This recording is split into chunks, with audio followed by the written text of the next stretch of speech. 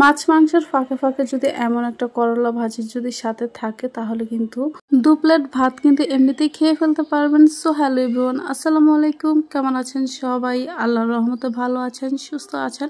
তো করলা ভাজি করার জন্য প্রথমে একটা কড়াইয়া বসিয়ে দিয়েছি, আর এখানে বড় সাইজের একটা পেঁয়াজ কুচি করে দিয়েছি, 5-6টা কাঁচামরিচ কিন্তু ফালি করে দিয়েছি। এখন এটা ভালোভাবে একটু ভেজে নিব। আর এটাতে কিন্তু আমি সরিষার তেল ইউজ করেছি। করলা আর আলু কিন্তু ধুয়ে রেখেছি আগে থেকে। আর এই তো পেঁয়াজটা যখন অনেকটাই ভাজা হয়ে যাবে, এখন দিয়ে দিব 1 চামচ রসুন বাটা। তো রসুন বাটাটা দিয়ে আমি একটু ভালোভাবে একটু তেলের সাথে ভেজে নিব। আর এখন দিয়ে দিচ্ছি স্বাদ মতো লবণ। আর এখন দিয়ে দিব সামান্য পরিমাণে হলুদের গুঁড়া। যারা করলা ভাজির সাথে হলুদের গুঁড়াটা পছন্দ করেন না তারা ইচ্ছা করলে এটা স্কিপ করতে পারেন। এখন দিয়ে দিচ্ছি আগে থেকে কুচিয়ে রাখা করলা আর আলু আমি ধুয়ে রেখেছিলাম। তো এখন ভালোভাবে এটাকে একটু উল্টে পাল্টে নিব।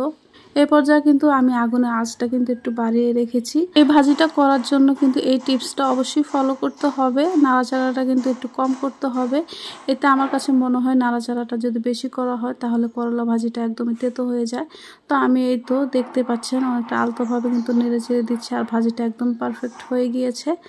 তো এই তো আমার ভাজি কিন্তু একদমই পুরোপুরি কমপ্লিট। তো ভিডিওটি ভালো লাগলে অবশ্যই লাইক, কমেন্ট, শেয়ার করে পাশে থাকবেন। সবাই ভালো থাকবেন, সুস্থ থাকবেন। আল্লাহ হাফেজ, আসসালামু আলাইকুম।